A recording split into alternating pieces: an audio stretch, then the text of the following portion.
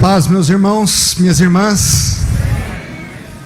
Eu vim na igreja certa, Assembleia de Deus Vitória em Cristo, no culto da vitória, pós uma grande vitória que Deus nos preparou. Obrigado, pastor Silas Malafaia, não só por estar aqui hoje, não só por poder compartilhar um pouco do agradecimento que eu quero fazer à igreja e a Deus, diante de Deus e diante da igreja, mas agradecer-lhe a amizade, o apoio, as orações, a palavra de incentivo em momentos de dificuldade. Tem sido um aprendizado e um privilégio meu poder conviver mais de perto com o Senhor. Meu muito obrigado. Obrigado, pastor.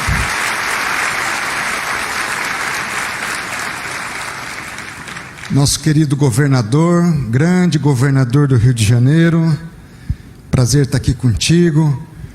O senador, quem é o senador mais habilidoso da história dessa república? Vocês sabem? Que me apoiou e foi fundamental também para essa conquista. Muito obrigado, senador Romário, por estar aqui conosco.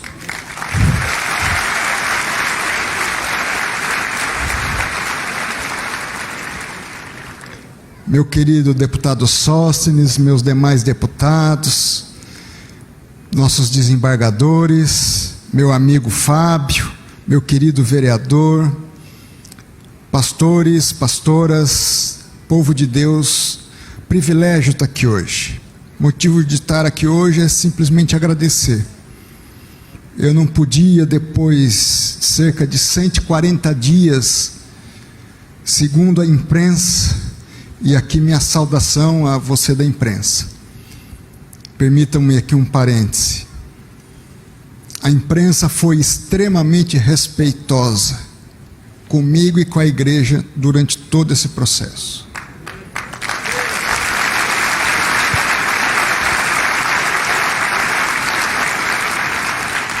Meu muitíssimo obrigado a toda a imprensa, cuja liberdade é essencial para a nossa democracia.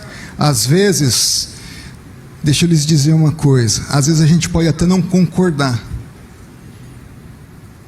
mas nós podemos discordar de posições, etc., mas jamais discordar que é indispensável termos uma imprensa livre no nosso país. Ela é essencial para a nossa democracia.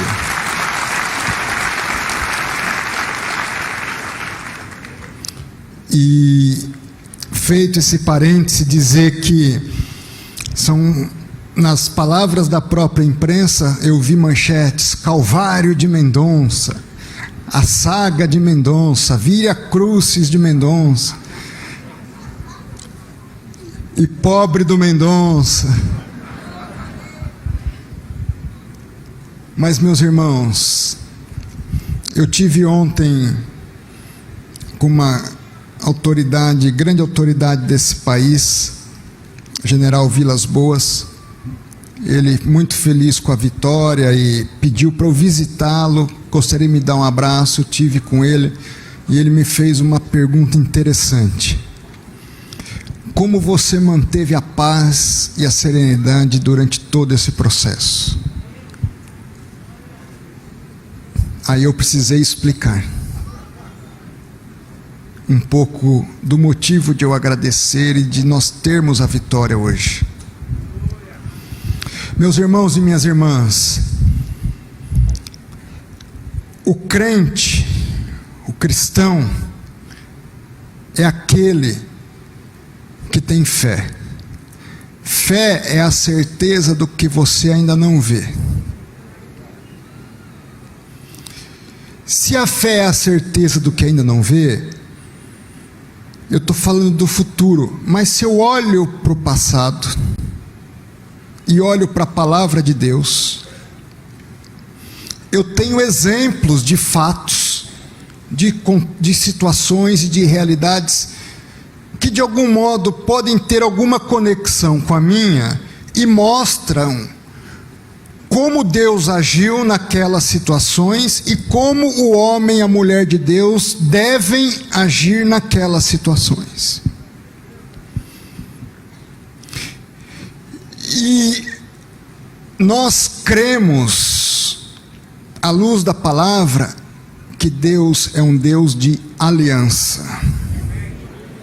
Alguém duvida disso?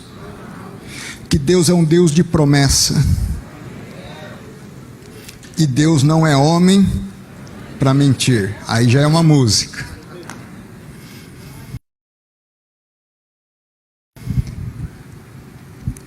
E quando Deus firma uma aliança com o seu filho e com a sua filha, pode chover canivete, pode vir a pressão que for, Ele não muda.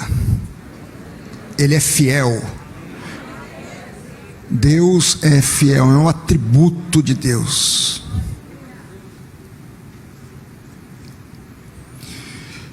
Além disso, eu tenho que olhar para o homem. Como é que o homem de Deus agiu no passado? E como é que Deus lidou com esse homem? Vocês conhecem algum homem de Deus que Deus tenha levantado para uma missão e uma tarefa, que ele nasceu e já foi posto ali, ou ele teve que percorrer um trajeto, e que esse trajeto, muitas das vezes, era humanamente impossível? Êxodo, José do Egito, Daniel, Esther, Paulo, Pedro, os profetas, Abraão.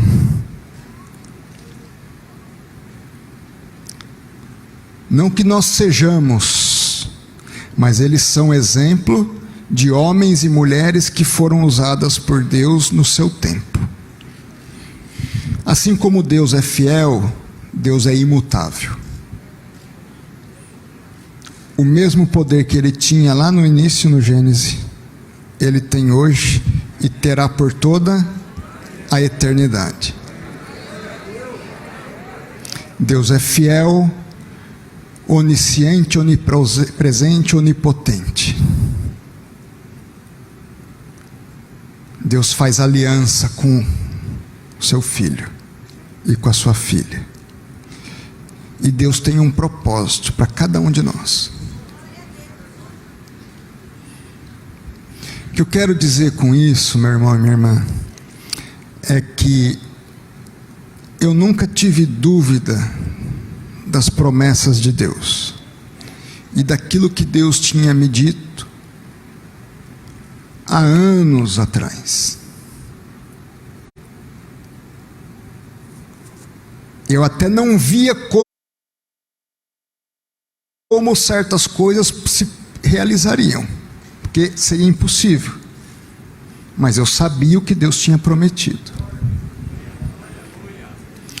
Então, meus irmãos e minhas irmãs, num processo dessa natureza, você não pode olhar para as circunstâncias, você não pode olhar para os homens, você não pode olhar para os boatos, para os rumores, para as visões ou profecias do caos, ou para o impossível. Para onde que nós olhamos? Para Deus. Quem quer me seguir, tome a sua cruz e siga-me. É para olhar para trás? Não. Eu tenho um alvo, que é a minha cruz. Aliás, eu disse ao presidente da República, o senhor estava presente, pastor Silas, usando a linguagem dele: o militar está preparado para morte, para guerra, presidente. Agora nós estamos preparados para a cruz. Então,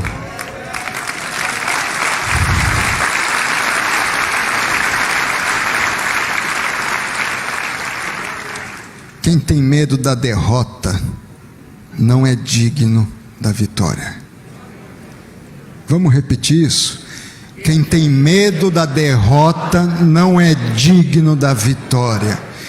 E meu irmão e minha irmã, você, assim como eu, somos dignos em Cristo Jesus das vitórias e das promessas e da aliança que Ele fez para nós, seus filhos. Aí você pode dizer: ah, mas esse cara aí, ele estava lá, era ministro da Justiça, advogado geral, era lógico, virou ministro do Supremo. 2 mais 2 são 4. Olha para mim aqui, pastor André. Qual que é o nome do bairro aqui? Eu estou aqui na Penha, onde o senador Romário jogava bola quando criança. Isso para mim é impossível. Eu chegava aqui com o deputado Sóstenes, aqui é um bairro mais simples do Rio de Janeiro. Eu falei: deputado, você não viu de onde eu vim. Uma cidade com 20 e poucos mil habitantes, a maioria na zona rural.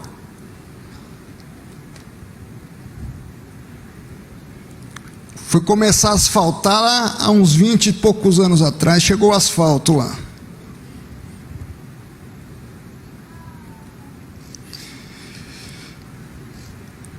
Um menino que saiu dali, foi morar numa cidade média, no litoral de São Paulo. A professora, no primeiro dia de aula: e você, menino, de onde veio? Eu vim lá de Miracatu. Ela muito educada, sensível e extremamente pedagógica. Só vem gente burra daquele lugar.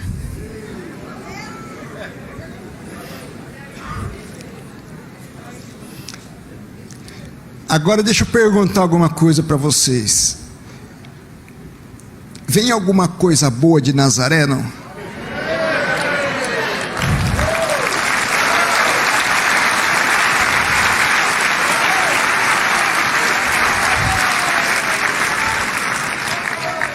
Vem alguma coisa boa da Penha ou não vem? Aleluia!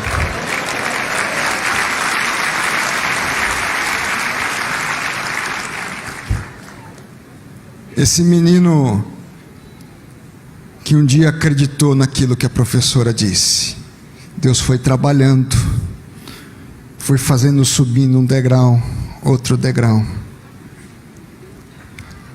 Pela fé, foi morar em Brasília.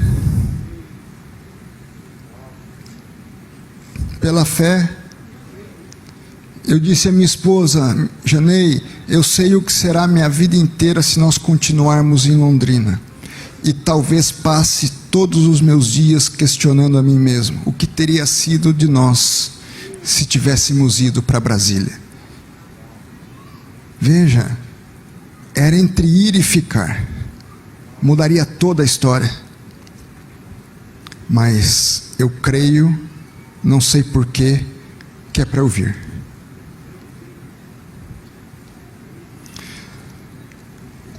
Menino que não sabia falar inglês, espanhol, nada. Investe, vende um carro, já na Advocacia Geral da União, para ir para os Estados Unidos, passar um tempo estudando. Pela fé. Sai do Brasil, vai para a Espanha, faz um mestrado.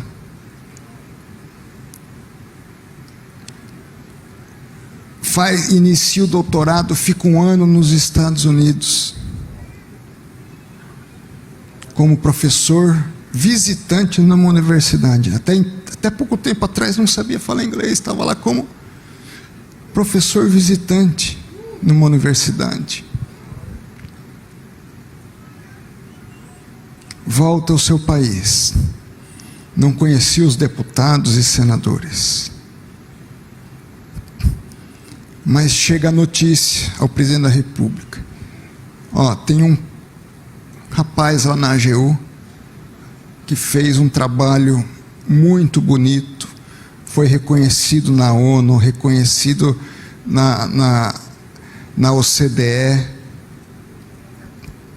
reconhecido pelo Departamento de Estado americano. O presidente da República quer conhecer esse rapaz lá de Miracatu e o convida para ser advogado-geral da União. Esse rapaz se torna ministro da Justiça 1 ano e meio quase depois. Volta à Advocacia Geral da União.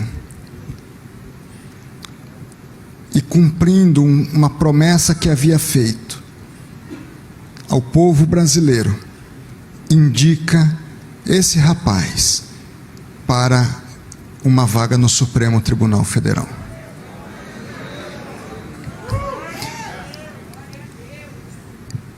Eu tinha que confiar na aliança.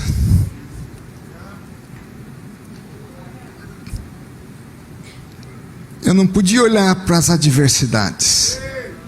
Eu tinha que olhar para o que Deus podia fazer e para o que Deus acreditava eu havia feito e estabelecido desde a eternidade. Meus irmãos e minhas irmãs, hoje é dia de eu agradecer a Deus pela obra dele, porque assim como Deus é um Deus de aliança e de promessa em toda a narrativa bíblica, quando ele determina um plano, esse plano não pode ser frustrado.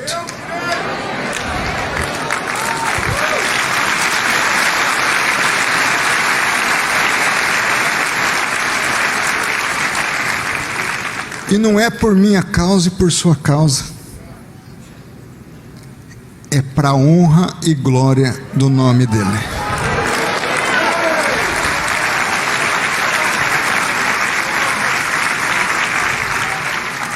Não é porque o André tinha que ser aprovado. É porque era do plano de Deus, estava estabelecido por Deus desde antes da fundação do mundo, que o menino ia sair dali e ia chegar aqui.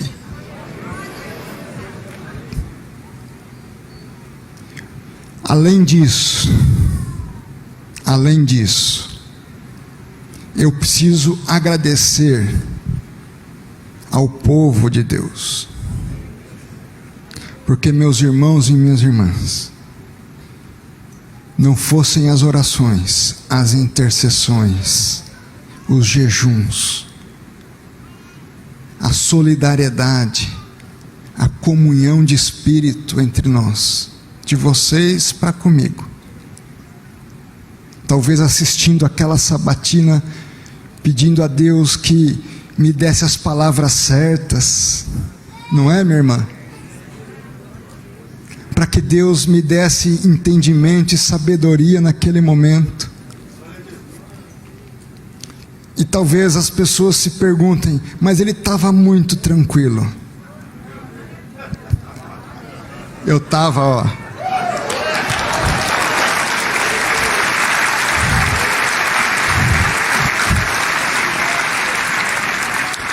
E é uma confiança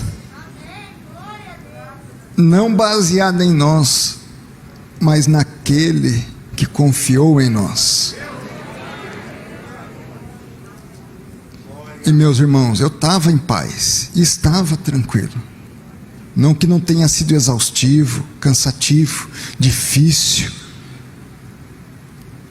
mas eu sabia que Deus já havia escrito a história.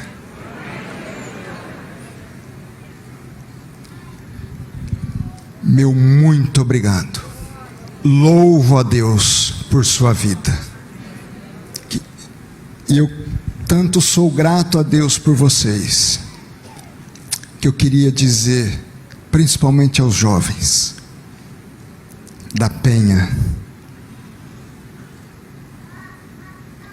Se Deus fez com um menino lá de Miracatu, o que Deus não pode fazer com um menino e uma menina da Penha?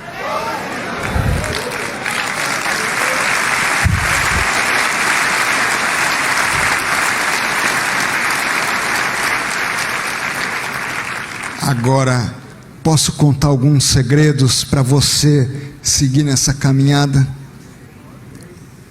Meus irmãos, pegue seu coração, pegue seus planos e deposite no altar de Deus. E diga assim para Deus: Deus, isso é o que está no meu coração hoje.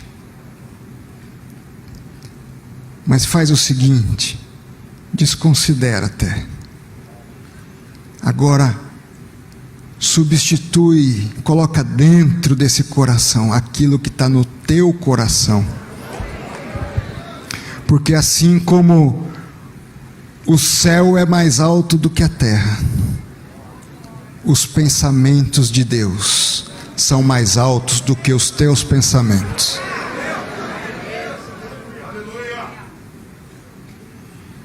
O máximo que eu conseguiria nos meus pensamentos não passava nem perto de ir morar em Brasília, de morar fora do Brasil, de ser ministro de qualquer coisa, quanto mais ser ministro do Supremo Tribunal Federal.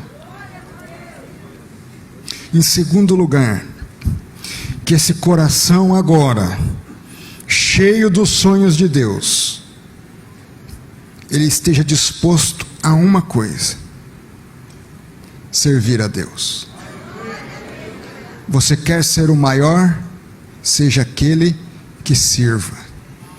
Não seja por vaidade, não seja para ser conhecido, não seja para sair na televisão, não seja para ganhar dinheiro, não seja para ter poder, não seja para andar num carro luxuoso. Seja para servir. Fala assim: Deus, eu quero te servir. É para eu atender o telefone? Ótimo. Ninguém vai atender um telefone tão bem quanto eu. É para eu lavar um carro? O cara vai ter que trabalhar para lavar um carro igual a mim. Seja fiel no pouco, porque no muito é Deus que vai te pôr.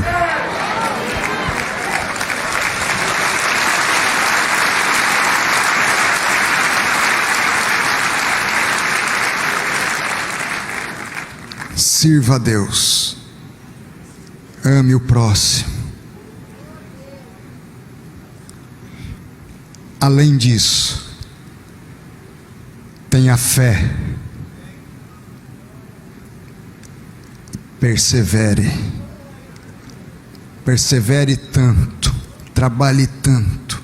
Está cansado de estudar? Estuda mais um pouquinho. Está achando que o livro é grande? Meus irmãos, um dia eu falava: como é que alguém escreve 100 páginas de alguma coisa? É impossível.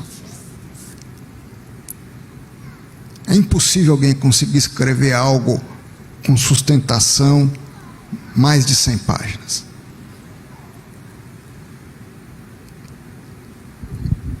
Mas Deus vai nos fazendo superar.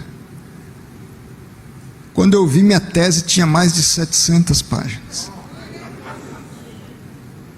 Então, calma, você vai correr uma maratona, primeiro treina um pouco, se prepara, corre 5 quilômetros, corre 10, corre 15.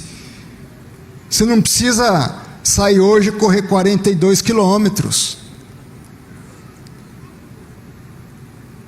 Calma, seja fiel no pouco, seja disciplinado e perseverante. Porque eu creio, quando eu disse um salto para os evangélicos, deixa eu explicar, é porque se Deus fez comigo, Deus pode fazer com qualquer um.